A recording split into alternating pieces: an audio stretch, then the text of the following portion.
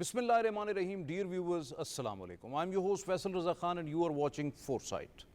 Viewers, Pakistani nation is blessed with lots of prides. And one of them is Pakistan Air Force. Pakistan Air Force was lucky to have the leadership like Air Marshal retired Asghar Khan, the father of Pakistan's modern Air Force and famously known as the Night Flyer. While also the Air Marshal retired Noor Khan, the symbol of bravery and courage, who led the Air Force from the front and turned the tides of 1965 war in Pakistan's favor and established air superiority.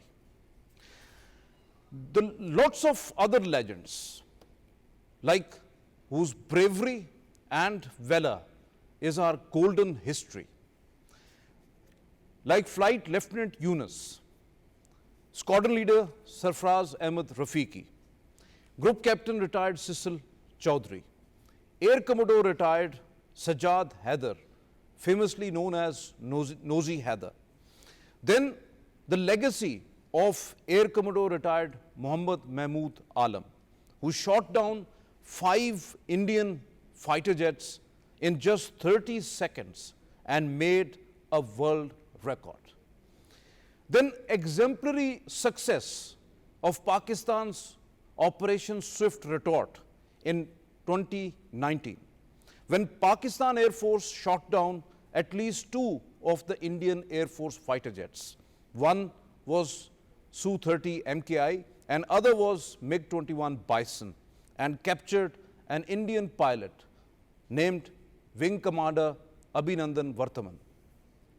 PF repeated its golden legacy and bright history when during Marka-e-Haq, right at the onset, on May 6th and 7th, 2025 midnight battle, Pakistani fighter jets and Pakistan Air Force air defense system shot down 6 of the Indian fighter jets, including 3 of the Indian pride Rafales, 1 each of Su-30 MKI, MiG-29 and Mirage 2000, and then an Israeli-made Heron drone, that is the UCAV, Unmanned Combat Aerial Vehicle. We have the same but more destructive response on May 10th, 2025 during Operation Banyan Mursus, when we dropped hypersonic missiles on 26 Indian military sites, including their air bases, Indian pride BrahMos storage facilities, along with S-400 air defense systems destroyed, while Indian Air Force was totally crippled and grounded. Viewers, today we have our honorable guest with us, who actually served in Pakistan Air Force for 30 long years as fighter pilot, commanded different fighter squadrons, flew over 3,000 flight hours, awarded Sitara-e-Imtiaz military and Sitara-e-Basalat for his selfless commitment and extreme devotion to the service. He was and is affiliated with various military and academic institutions, acclaimed international speaker, a well-reputed documentary maker, and now famous TV personality as well. Yes, he is Air Commodore retired Khalid Chishti. Most welcome to you, Khalid Chishti sir. Thank you very much for joining us, sir. Sir, my first question before starting going towards the real happenings, what happened on the 6th and 7th of May midnight 2025. First question, just recently, just yesterday, Indian Air Chief Marshal Amarpreet Singh had made a statement. He was more complainant, although Pakistan's Air Force is more complacent, but Indian Air Chief just yesterday said that Indian Air Force is a weak link in the national chain. Earlier he said they are not operationally ready to fight. Hindustan Aeronautics Limited, HAL, unable to give first 40 Tejas to them.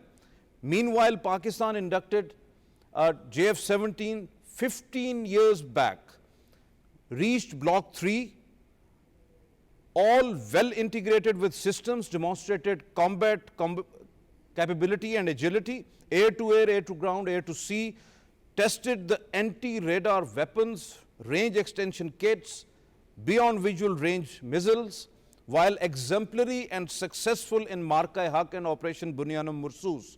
Sir, your thoughts, please. Thank you once again for inviting me, and that too for a very good opening question. I also happened to watch his this speech which he gave at that summit. It's about 11.5 minute speech, and majority of the time he was complainant and he was not happy, obviously. Although he did congratulate the participants for having done wonderfully well in Operation Sindoor. That was his perspective. But you also referred to another summit or a seminar that he addressed in February 2025, in which he complained that the Indian Air Force had already seen, this is 9 years back, and IAF has got none till now, till then, that means February 2025. And he also said in that seminar that I want these aircraft for deterring the enemy and to stay relevant. See, he has not, in the coming months, 2 months, he was not even able to prove relevant and he could not deter the enemy. He also he was so disappointed that he said that we need more platforms. Even yesterday, he said the same thing. And the worst thing, coming from an air chief, from as a student of strategy, he said while signing the contract, the timeline given in that contract, we know that it will not be met. And this is the height of disappointment that you are signing a contract either with Hindustan Aeronautical Limited or any other company. And the air chief says at this time of signing, we know that the timeline will not be met. So this is the kind of commitment, the obligation, the mutually those institutions or the vendors or the suppliers or the manufacturers have towards Indian Air Force. When we are talking about particularly, Chishti Sahab, about Pakistan Air Force, when we are talking about JF-17 Thunder, the pride of Pakistan, 15 years on, Pakistan is very proud of that JF-17 Thunder was inducted in 2010. Now it has cleared all the benchmarks what a fighter jet requires actually, and equally when we are talking about J-10C, we have the BVRs on JF-17 Thunder's Block 3 as well, and it is the export version. So how do you see Pakistan's legacy of having its own indigenous fighter when Tejas were actually in production before, well before that, because this program was started actually in 1995, but Tejas were there, the program started back in 1983-84. So how do you see that how Pakistan got these benchmarks and how successfully we met the targets? You see, when I read the Indian system, they're mostly bureaucratic red tapeism. Obviously, they have a long procedure to get the approvals done. And obviously, there is a sanctions or the many things are there. Obviously, one thing that predominantly is holding those projects in India back is the release of the funds that I come to know. Now, on the other hand, you talked about J-10C and JF-17 Thunder Block 3 and even JF-17 manufacturing. You rightly pointed out that India first conceived Tejas making in 83 or 84. And this is about 11 to 12 years before Pakistan thought of making JF-17 Thunder in 1995. In just about 8th year, 2003, we found the JF-17 Thunder test flight taking place, that the first aircraft, the trial aircraft, which we call prototype, was airborne just in 8 years. Whereas you see the Indian Tejas are only 40 in number, probably 2 squadrons only. They were deployed close to Bangalore, which is far away from Pakistani border, and nowhere we saw them in the combat during these 4 days escalation. And that shows their confidence and their ability, obviously, to come back into the fight against Pakistan. Whereas on the other side, on our side, we had 200 JF-17 Thunders almost participating actively in this combat and this escalation. So that's the difference. And now, one thing they earlier trusted HAL, which is the Hindustan Aeronautical Limited, to make Tejas, which has taken almost 40 years to reach them to this stage. But we see, on the other hand, this time they have tried to contract another aeronautical development agency. They've tried to give them the contract, hoping that the timeline could be met this time at least. So, Khalid Sahib, now going towards the main area that India is always complaining, Indian Air Force is always complaining, but the fact of the matter is that the technology that makes the difference or the resolve, faith, intelligent thinking, training and leadership that actually guides a winning laugh. As US made everything available to India, France given their best fighters like Rafale, the Scorpion submarines to them, to their navy. Russian modernized Su-30 MKI, intends to make Su-57 locally, given aircraft carriers to Indian Navy. Israel given modern drones like Harop and Heron. Then helping India with new electronic countermeasure kits and also the electronic warfare suites, then stationed there to guide Indians. But Pakistan done that alone. So what was really unique among the Pakistanis particularly, and Pakistani armed forces, and in particular Pakistan Air Force? You see, you have to draw the comparison. What are we, these kits and these aircraft and these components are purposely built for what purpose? We are making these machines for our sovereignty and survival. Probably Indians do not have that mindset. If you carefully listen the last part of the Indian Air Chief in yesterday's speech, he said that we have to control the exit of our brains. The youngsters are going out of the country, so that we need to retain them. In our case in Pakistan Air Force, I saw hugely talented young men and women obviously deployed there who were voluntarily staying here. When I spoke to them that didn't you get offered from outside? He said, yes, sir, but there is a cause behind what I'm doing. So that is the difference between the boys and the girls doing here, young boys, what I'm saying. And the people on the other side, the Indian Air Chief is complaining that we do not have the talent. The talent is flying off, no doubt about it. So you have to retain them. You obviously have to pay them well. That's a small amount, obviously, when they come to jamming the things, they come to sabotage a lot of things through a soft kill, of course. What we did to the Indian network in the recent conflict. So these boys and girls I'm talking about were hugely inspired. That's the basic difference. They had the sense of participation. They had the sense of belonging. That's the difference probably that I can find out. Because I compare what the Indian Air Force Chief said. He said our talent is running out. We have to retain them. That's our big difficulty. Absolutely right. And here the situation is entirely different when the Pakistani youth actually in love with Pakistan's armed forces, and they everyone wants to be the part of Pakistan Air Force and rest of the forces. And although everyone can't be the part one, but the scenario is like that. It is entirely different than the Indians. One of the interesting thing which we have noticed at the midnight of 6th and 7th of May 2025, when there were at least more than 100, means 112 or 125 fighter jets were in air, including 72 Indian jets, that around 33 Rafales, plus 37 Su-30 MKIs, Mirages, Mirage 2000s, MiG-29, and only 40, nearly or slightly over 2 squadrons of Pakistan Air Force jets, including J-10Cs, J-17s, Block 3 and F-16s.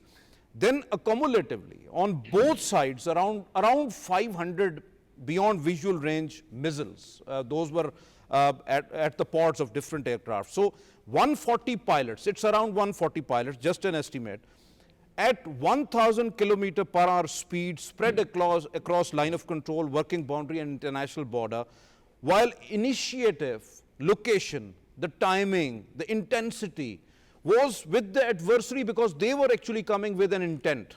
So we were to react, we were to defense actually in a defensive mode, but have a slight or really lock and shoot advantage due to the full spectrum supremacy might be, and in just 59 to 70 minutes we shoot down at least 6 of the Indian jets and then an Israeli UCAV as well. So how do you see overall scenario that it was unique one? It's a very unique from another angle also. Let's add 350 to 400 flights in the Indian airspace, civilian airlines. 57, our Air Vice Marshal Aurangzeb mentioned about it, that 57 airline flights were operating at Pakistan at that time. I carried out the research and I found out, I was surprised. There are 7,000 to 8,000 flights in and out from India every day. So when I calculated the traffic at that night was about 400 aircraft in the Indian airspace. So there were 460 approximately airliners also flying. Imagine the responsibility or the irresponsibility factor on Indian part, because had they diverted those Indian flights, Pakistan would have gotten the warning that there's something coming up. So they let the flights continue. So there are 125 aircraft, according to CNN, one time through a satellite picture, 125 fighters with 500 missiles that you said, mostly BVRs, and around 460 civil airliners flying, almost at the same height. Would have been a disaster. Any of the pilots on any of the sides could have misled a pilot. We should highlight this also in the international forum. Let's look at the irresponsible act of Indians, that they do not give a warning, they come up with a surprise, and obviously any misinterpretation could have led to a disastrous killing of 300 to 400 passengers, innocent people who would not even know what has hit them, obviously. So that needs to be highlighted also. But having said that, a great tribute to these young fighter pilots, the team who were behind them in the form of AWACS, Airborne Early Warning, the jammers, the Cyber Command Force, and even surface-to-air missile. So it was like a great team work. Never in the history that I could study, a fight has taken place, that too almost 12:10 a.m., almost past midnight. So many aircraft under such intense airspace. And imagine the kind of reaction dilemma that the Indians wanted to create upon us. The aircraft were almost in four pockets, 20 to 22 aircraft in each box. And there were four boxes flying across Pakistan. One was towards the northernmost of the country, towards Kashmir. The lower one was close to Sindh, close to Sakhar. So this comes out to be about 900 kilometers spread of fighter aircraft. The reaction dilemma that they wanted to create into Pakistan was, or Pakistan Air Force was, that which target to go for. And Pakistani pilots, air defense controller and the team, and obviously under the leadership, decided to take on the northern first.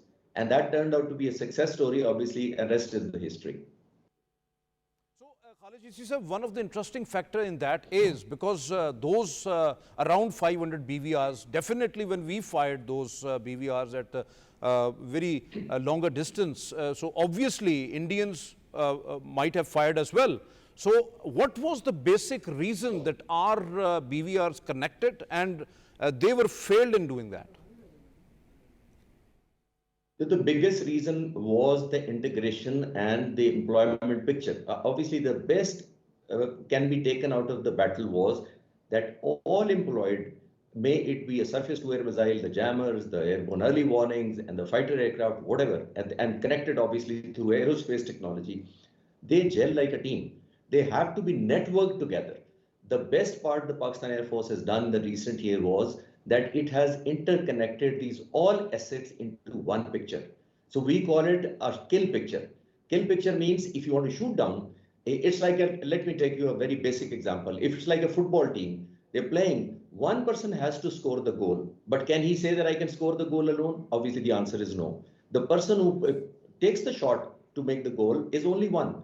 But look at the hard work, the cumulative work, the coordination and support to each other, which has gone in before scoring that goal. It is exactly the same. You have to be very organized and very integrated with each other. That is the paramount. If the systems are integrated and the assets are integrated, it means you will get a very positive results out of that, really.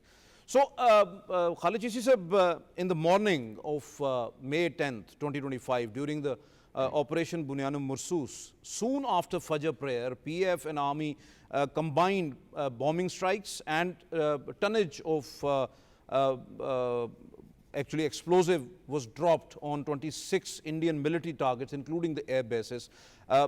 Pakistan Air Force took a lead in that, and for around 5 hours, more than I got this from your interviews, and you said in those that more than that of 1965, there was lots of explosive was actually dropped at the Indian Air Force bases and the military targets. So was it a kind of a culmination strategy along with some sort of management of the escalation ladder by ourselves, and that had actually forced Indian military and the Modi to plead for the ceasefire? Indian Army Colonel Sophia's presser is the actually example for that, really.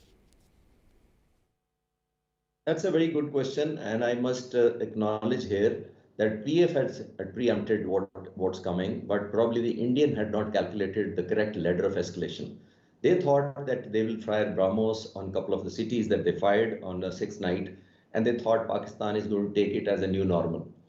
And if you recall quickly, we made four Rafale force land Srinagar before the war actually began. That was also through a cyber command, aerospace, and integration of all those. We lowered their situational awareness. That act was under the heading that I give is the war deterrence. And then we shot down 6+1 on the 7th morning or past midnight was again the war deterrence. That means we wanted to send a message to Indian that if you increase the ladder of escalation, there is heavy price coming up. So Indian misread the calculation. Because whenever we talk about the enemy, they misread on another front also, which was hypothesizing the enemy. That means to us. They miscalculated our response, our ability and the resolve, and obviously the capability that we exhibited on 7th morning and the 10th morning.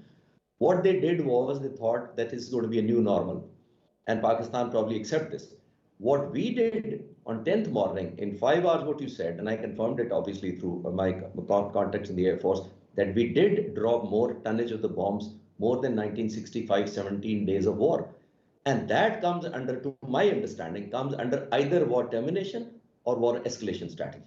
That means you got to choose the side. You cannot continue to fight a prolonged war undeclared with it does not get escalated and you continue to simmer. We do not go for that option. Either it has to be culminated or it has to escalate. So we should be ready for both. But in between was not favorable to us. What we did on 10th morning was hitting 26 targets, almost 16 air bases, targeting especially S-400 was knocking out a punch. They started to bleed through the nose, obviously, and they realized that this is too heavy a price and they ran to US, what you're referring to. That was a war culmination or war escalation strategy. You definitely confirm it that it was first of all, because Pakistan is a peace-loving country, so we intend to that it must have to be a war culmination strategy, but on other way around, it might escalate as well. So on the same day, May 10th, 2025, during Operation Bunyana-Mursus, Pakistan Air Force cyber and space, you have rightly pointed out about that. What we have actually got from insight, that is that Pakistan Cyber and the Space Force, the young warriors, done a tremendous job. It was exemplary really, because it was unimaginable that they were waiting from the last many years for this moment, as they hacked Indian websites, the servers, their railway systems, communication, airports and airline systems, along with electricity grids, Indian military command and control systems, and most important was through our own indigenous technology. That is really a paramount. Our own young breed, very talented people, and our own indigenous technology. How do you see our exemplary talented youth and their critical and the key role in defending our motherland? When I visited the Cyber Command Force and other infrastructure, honestly, I could not imagine that this will be put to test so fast. Number one. And I could not imagine that what these young boys are claiming will live up to the expectation 100% maybe. I thought obviously they're young boy, the young blooded, obviously are full of ambitions. They have a lot of promise to themselves. And maybe they are through our hot blood, obviously they are talking about we can do this and we can do that and we can do that. This is the peacetime that they were talking about to me a few weeks before this conflict. And I'll be very honest, it was a pleasant surprise for me that they were more humble, they were more down to earth, and they did more than what they committed to me that we can do this. It was a pleasant and obviously a big shock for the Indians that how could a force which is not even visible, they are not coming onto the media, they don't even talk about it. And the best part you already mentioned was made in Pakistan. They're not dependent on a single iota of any help from outside. They have the code, the password, the integration, the network, the server, everything has been created here under those roofs. And obviously nothing came in and nothing goes out. That is the beauty of obviously the project.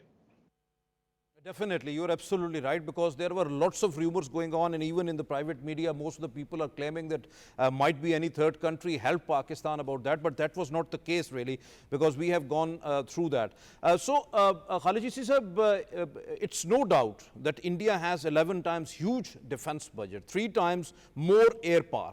It has more resources than Pakistan. But whether we had do you not think that we had the technology more superior than the India over the several decades? Because it is not the not to mention about 1 or 2 years, because from the last many decades, even in 1965 and 71, we have F-86 Sabres when India has the Hawker Hunters or the Nats. We had the F-16s in 2019 when the Operation Swift Retort was there. But they had the refurbished and tech superior Su-30 MKI. Then they had Rafales. One of the famous quote of the Indian Prime Minister Narendra Modi: if we had Rafales, we would have won the war. So when we had, at that time particularly, now when Rafale was in air, we have J-10Cs and JF-17 Block C or Block 3. So how do you see that Pakistan was always technology cautious? Pakistan always inducted the superior technologies to the Indians. Pakistan has overall the talent pool, the training and the leadership was always exemplary. So how do you see overall conduct of Pakistan Air Force when it is compared with the Indian Air Force and it like adversary? That's a very good question. I think I believe, as a student of military strategy, I believe that you have to have the just faith first. Just faith will lead to the just cause of the war, and just cause of the war will lead you to the fact of fighting the war. Just war will also become obviously just if yes you have belief and the cause and the faith, if that is also just. The difference between Indian side and Pakistani side is that we had the just cause. And that's why you see since 1965 war onward, you see Air Marshal Asghar Khan, Air Marshal Noor Khan, they always plugged the numerical superiority gap between India. One is with the faith, of course. We also have just cause and just faith. Number 2 was superior quality of training.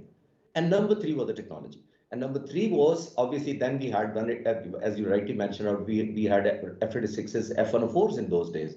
It was the first twice the speed of sound aircraft in the world. And we had that, although fewer number, but we had that. So this sense then legacy has carried on.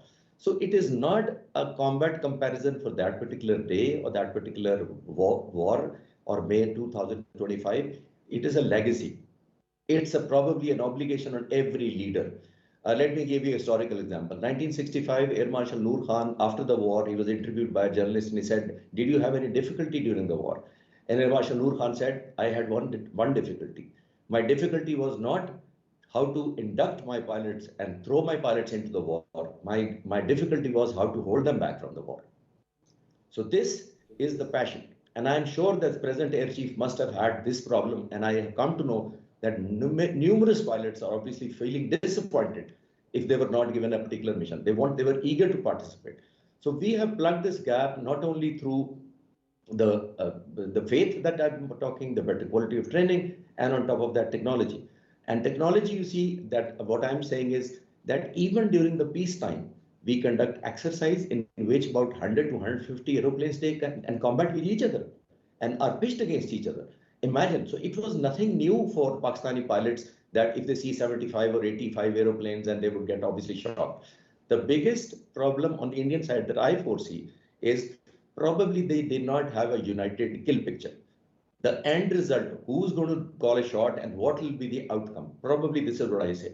Had there been any other aircraft, the fate would have been still the same, I believe, because of the better training, better integration, better faith, and of course, better integration between Pakistani side.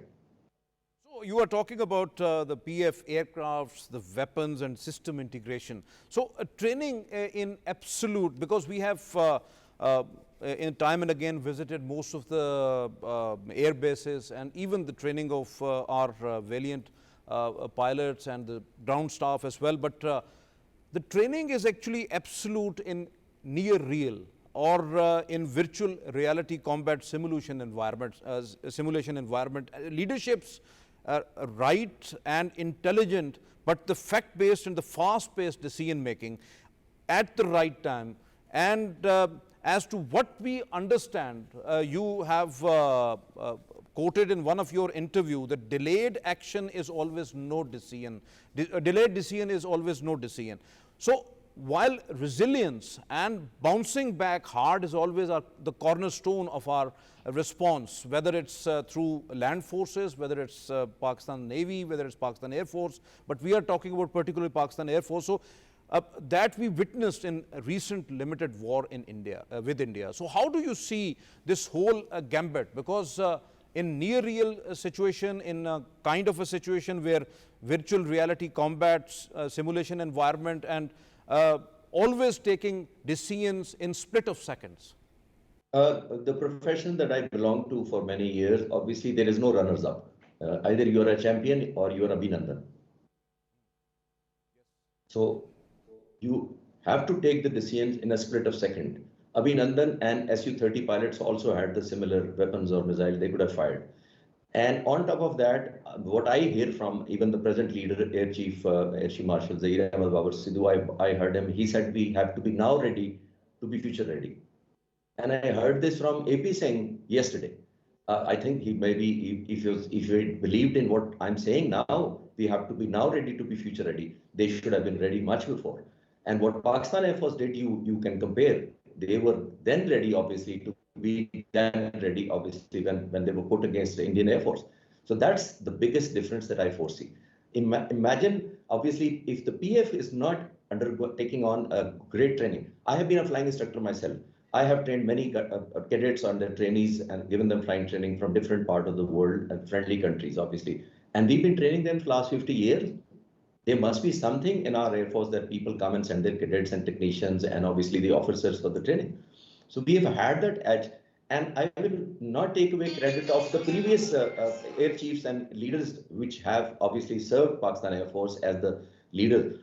Everybody was conscious about it. As I said, we have to plug the gap to obviously neutralize the enemy threat. We will never be able to match the number. We have to match them through to readiness, obviously preparation, and the obviously quality of training that I just talked about. So decision making, as I said, coming to the decision making, the biggest difference that I found, look at the AP Singh, the Air Chief Marshal, Indian Air Chief, Arslan's speech on February 2025. He was helpless.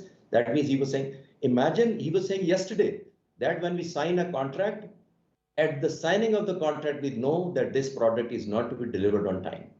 So are we talking about decisions? Are we talking about delivery? Obviously, our projects on our side have been completed well before the time, to a pleasant surprise. For many projects that I came to know, I was pleasantly surprised when I found out that this project was to be delivered after 6 months, but it's ready now. So that's the difference. Probably there is an urgency, there is a prioritization. Obviously, there is above all, there is a passion behind what these young boys and men. Lots of excellent examples. Actually, most of the examples which I know that how even Pakistan Air Force indigenously developed lots of things. So credit goes to Pakistan Air Force, its manpower and human resource really, and even the leadership. So in a modern Air Force or in a modern air warfare, how crucial is the radars, the weapon integration in the fighter jet, covering the radar range, the jamming resistance and the target tracking, alongside well integrated and smart employment of all available resources, including when we are talking about the aircrafts like fighter jets and even the airborne early warning and control systems, the radars, missiles, command centers, the electronic countermeasures, electronic warfare, electromagnetic spectra, space and cyber domain contributed to Pakistan's edge over the adversary in the 4-day war. So what we call the full spectrum supremacy of Pakistan. So how it was established and how much cautious today's air chief is, because I have seen him very cautious on these all aspects, and that's why Pakistan Air Force got ready well before time, even when this whole drama started by the Indian Modi regime. You see, this has to start from the top leadership, the urgency, the passion, and obviously the enabling environment. Enabling environment has to come from the top leadership. All Air Force chiefs who all have been Air Force chiefs, I saw them and I served them under many, obviously, and I saw everybody was conscious. But now that I make documentaries, I do research, and I'm a student of strategy, through my passion, I do visit these things. I'm always encouraged to see these young men that I was talking about. And the best part is the integration part. I have seen that when they were briefing me, I have been to PF Academy Salpur, where we have the air defense training going on. And when I obviously asked them, what can you do? He said, we can control an aeroplane flying in the sea, well 200 miles maybe in the sea, while sitting at the Salpur, which is close to Peshawar. So just imagine the connectivity what they had then, before the war. And it is so well gelled, integrated. Now, even if one aeroplane wants his data, a pilot wants his data to be updated to an F-16 or JF7 or a Mira, they can transfer that. And obviously that pilot, that air defense controller or that airborne early warning system will have the same picture available to him, and vice versa, both ways. So like I said, it's a kill picture. Everybody is looking forward to the end game, that the pressing the button is part two. But staying orientated, staying familiar, obviously, knowing what's going on and having the best situational awareness. And situational awareness can only be, obviously, when we are so gelled together. I was feeling sorry for one very senior journalist who was giving an interview, and he said that China jammed through its satellite all the Indian radars and asked Pakistani pilot to go and attack. He's a very senior journalist. I'd like to offer a rebuttal. It's a baseless and a fake news. We must give credit where it is due. And it is due to those, as I said, all the team that PF obviously went up in the sky that night. Nothing happened that China jammed those radars and asked for PF pilot to go and attack. Yes. I don't want to seek the name of that senior journalist, but I know that you are absolutely right that there was no other country was there, because Pakistan's indigenous capacities and capabilities are enough to tackle such type of adversary. So you are absolutely right on that account. So there was no third country jamming of our satellites really. So when we are talking about particularly the current Air Chief, the Chief of Air Staff, Air Chief Marshal Zahir Ahmed Babar Sidhu, once he said, and I quote really, that what happened on February 27th, 2019 was one scenario, and the next time we may not have that scenario. Now this time on May 6th and May 10th, 2025, it was completely another scenario, and next time that again may not have the last one. So do you not think that the PF is actually trained vigorously to face new scenarios, completely new scenarios, and sometimes our warriors take decisions even mid-air, developing more devastating responses in completely a new environment and definitely entirely a new scenario. So how do you see that? Let me give you a personal example. As a former fighter pilot, obviously, I'm keen to visit these exercises, and I was fortunate to get an opportunity to see Industry 2025 this year, in which about 26 countries participated at 2 operational bases of Pakistan Air Force, and I happened to be there.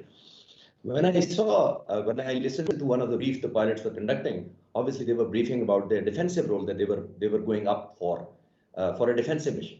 And I went to another brief, and they were briefing about offensive mission that they were about to take on. So it's in our briefings, we already know the type of mission that is going to fly. Will it be a defensive counter operation or offensive counter operation? Now, on 7th morning, it was a unique, unprecedented mission, which was a defensive mission, but converted into an offensive mission. This is a rare thing, unusual, unprecedented, unseen anywhere, because traditionally we are briefed before we going that which mission are you going for? We say we are going for this mission. How prepared they must be, salute to them, how well they must be prepared, that a defensive mission, obviously they saw Indian aircraft coming in dozens coming, and obviously they were scrambled from the ground. They had to defend. None of the Indian aircraft crossed our border, but we have declared that a sovereignty impeachment would mean even the missile coming from those aircraft. And obviously, those aircraft were ordered in the air that they are staying inside the area. Now you don't have to defend kind of thing, and you don't have to defend because they're not entering anymore. The weapons have been released already. You have to shoot them now. So convert the defensive mission into offensive mission. That's very, very rare. That speaks of the quality of training that they have, the faith that they have. And obviously, I know as the air chief was in the operations room, he had given free hand to these pilots. He was not asking them that, please ask me before shooting a missile. If you are, he had given them clearance that if you are in a position to shoot, shoot, but not at the cost of yourself. Because I can tell you that when I was a fighter pilot, we used to read that no life is worth, no kill or no life, taking the life means the no kill is worth the life of your wingman. That means obviously their paramount requirement and the obligation was to save themselves first, obviously. They didn't want to get their wingman shot down. And that the credit that I give these pilots and this team of shooting down 6+1, the same credit I would like to give them, or same tribute I like to give them for saving themselves and bringing those assets back on ground safely and not through a wreckage. Alhamdulillah. Definitely, a pilot's life is more precious than the asset, basically. So that is more important. You are absolutely right on that account. Given the Pakistan Air Force proud legacy from 1965 to Operation Swift Retort, and now during the Marka-e-Haq, during the Operation Bunyan-e-Mursus, what should be our future course of action? What key areas we actually must have to prioritize to ensure superiority, which we have already shown and already there in South Asia right now, and we have actually established a real-time deterrence of Pakistan military and Pakistan Air Force in particular. Do you not think that we have to focus on some kind of a layered air defense systems, development of some sort of supersonic weapons, enhance our indigenous production, which is already there, alhamdulillah, more focus on network-centric warfare and more deeper tri-services synergy and integration, which is already there, but we need to have solidify this one. Do you think that this is required now, and what would be the future scenario? Because threats are not over yet. You're absolutely right. And you already mentioned the area that there could be improved when you already mentioned that they are in place also. You see, let me give tribute to the founding father, Quaid-e-Azam Muhammad Ali Jinnah. He visited PF Academy Risalpur on 13th April 1948, which was then a school, and he upgraded to this college. And there, look what he said. Look at the vision that he said. He said, a country without a strong air force is at the mercy of any aggressor. Pakistan must build up an air force as quickly as possible, and it must be an efficient air force second to none. The second to none, the word comes from his speech that he gave on 13th April 1948 at PF Academy Risalpur. And by the way, this happened to be the only military academy that he found time to visit because of his poor health. That is to be noted. And he added on to say and address the airmen and the officers by saying only through self-discipline and indigenization, your Air Force, the Royal Pakistan Air Force, will be worthy of Pakistan. Look at the vision. The Pakistan Air Force is carrying the legacy of the founding father, that indigenous effort. Obviously, we are doing it today. Let me give you a personal example. When I became a young officer in Pakistan Air Force, I wanted to buy a computer. And somebody tauntingly said, I said, when is the best time to buy a computer? He said, tomorrow, which means the computer which is available today is already obsolete. So the same happens with the technology. There is no end-to-layer defense, there is no synergization, and there is no culmination of the integration and radar working. It has to be an ongoing, continuous process and can never be taken as that today is the day we have achieved what we wanted to achieve. It's an ongoing thing. You cannot sleep over it that, okay, we bought this air defense, so next 5 years and 10 years, it's all is said and done. No. Every day you have to think about it. Is there a countermeasure to this? Is there a counter tactics evolved on this against this aircraft? So you have to keep coming up with it. Why did Pakistani pilots did so well? They keep coming with the combat ideas, initiatives, obviously, and obviously they master the skill. Only then they could have performed so well in 60 minutes of combat, which is unbelievable. Beyond visual missile fire should have lasted 10 minutes to my mind. But it went on 60 minutes. That means it was a game of nerves. They had to stay cool, they had to stay professional, and they had to stay very, very focused what they're doing and what they're saying.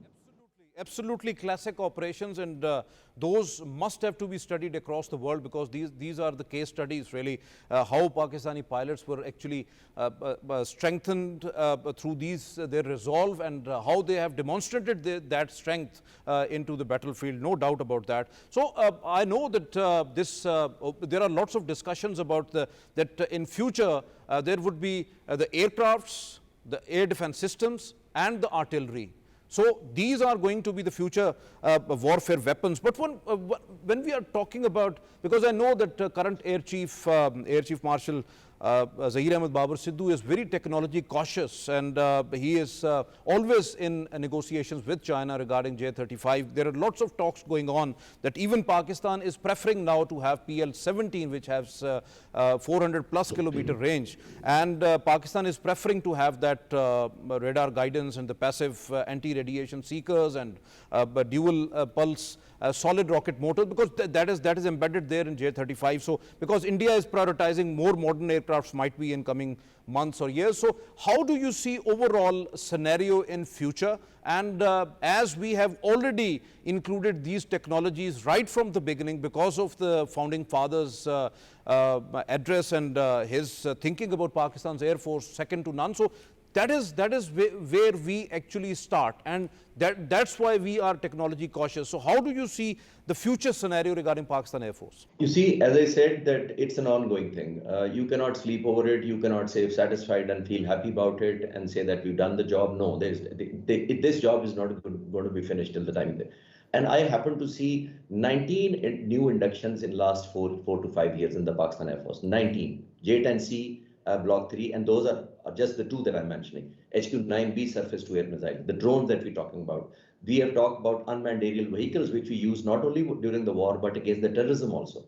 We have come out with chopper drones. We have loitering munition, which obviously we penetrated this time. Obviously, they were loitering 600 kilometers inside India this time also. So this induction obviously paid off. Somebody obviously at the top must have thought about it well in time. What if it comes? Few weeks back, when I was visiting these the operational base, when I interviewed these obviously J-10C pilots and these JF7 Thunder Block 3 pilots for my documentaries, I could never imagine that these people, these boys, will be up in the air actually shooting these PL-15 that I was making a video of. So they have to be obviously ready. They must be ready. They told me that we are ready, and I could not believe it. So what I'm saying is that the air power in particular is very, very future centric. You got to be ready for tomorrow. Like the Indian Air Force Chief says, we got to be today ready to be future ready. No, we got to be we should have done it yesterday kind of thing. As I see that kind of urgency in the Air Chief's present mind, because he wants everything should have been done yesterday. He is such in a hurry. Obviously, that is why you see PF performing so well. Nothing was laid back, nothing was put back to the back burners. Everything was in the front. And when I met these young Khalid pilots, sir, we have run short of time. So a few words about the drone technology, because Pakistan Air Force in the last few years, as you have rightly mentioned, that we have inducted TB2, Akinji, Sharper 3 and all others. So even Pakistan Army and Navy is continuously inducting some of the Chinese wing long like CH-4 and all others. So how do you see this aspect? Because 2 days adversary were sending drones to Pakistan. With the killer drones, we have shot down at least 90 or more than 90. And we have also initiated this drone strikes or surveillance drones sent to India. So how do you see that scenario? Because that is really going to be the future warfare when it comes to the drone or the UCAV or UAVs. You see, as the technology grows, there is no country in this world which is impregnable. Let's be very clear about it. We've seen Israel, we've seen America. Every country has faced either terrorism or otherwise attacks being faced by the opponents or the adversaries. So this is an ongoing thing. You cannot sleep over it. And I want to obviously clear if there is a misunderstanding in some of the people's mind. There is no concrete wall all around Pakistan that any missile or any drone coming will be obviously will get smashed after hitting that concrete wall. It's an air space. It is the price of the war that people have to pay, the forces have to pay. So it's an ongoing thing. Indians have BrahMos, obviously, which was made for in the name of Brahmaputra, and Moscow is a river in Moscow. obviously it's a joint venture between India, which is called BrahMos. So that missile obviously is very, very lethal, no doubt about it. But we cannot say that anything flying into Pakistan will be stopped outside and will be intercepted. As I said, this is an ongoing thing in which you have to continue. One company, one institution, one manufacturer makes one missile, and a few months or few weeks later, there is a counter which has come up. And that company obviously starts to upgrade and do what? Come up with another solution, come up with another option, and another countermeasure comes up. So it's a race which you have to obviously continue. You cannot stop. It's a marathon race. It may be steady, but it has to be continuous. You cannot take a breath, take down and sit back and relax. Definitely, you are absolutely right. Thank you very much, Air Commodore retired Khalid Chishti sahab, for a very insightful discussion and very candid conversation. Really, I have got a lot from you, and thank you very much for sharing your experience with our viewers, particularly, and thank you very much having in our show in Foresight. Thank you very much. So nice of you. Viewers, as we have just listened to Air Commodore retired Khalid Chishti, as compared to our adversary, we might not able to match the numbers, but what makes Pakistan Air Force stronger than ever and enough strength and the world's most powerful Air Force? Number one is our faith in Almighty Allah, then in ourselves. Our strength is our resolve. We are battle-hardened Air Force with latest technologies, because we have always emphasized, our Air Force leadership was always eager to induct the most latest technologies, and that's the edge over adversary we have. Having professional training, extremely professional training, young but very dynamic minds, exemplary leadership which we have, right and intelligent decisions in the split of seconds, and that's why we get lots of successes in every confrontation, in every war, in every conflict against our adversary.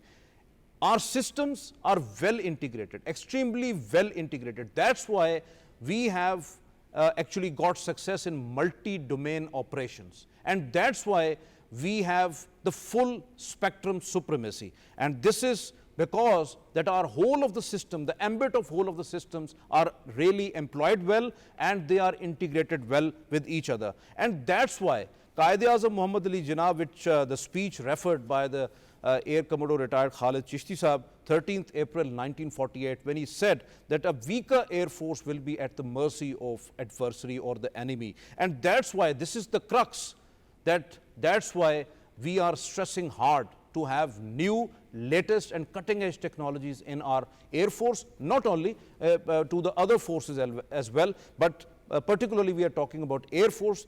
That's the reason why we call Pakistan Air Force second to none. This is all from today's Foresight. It's time to sign off. Allah Hafiduna.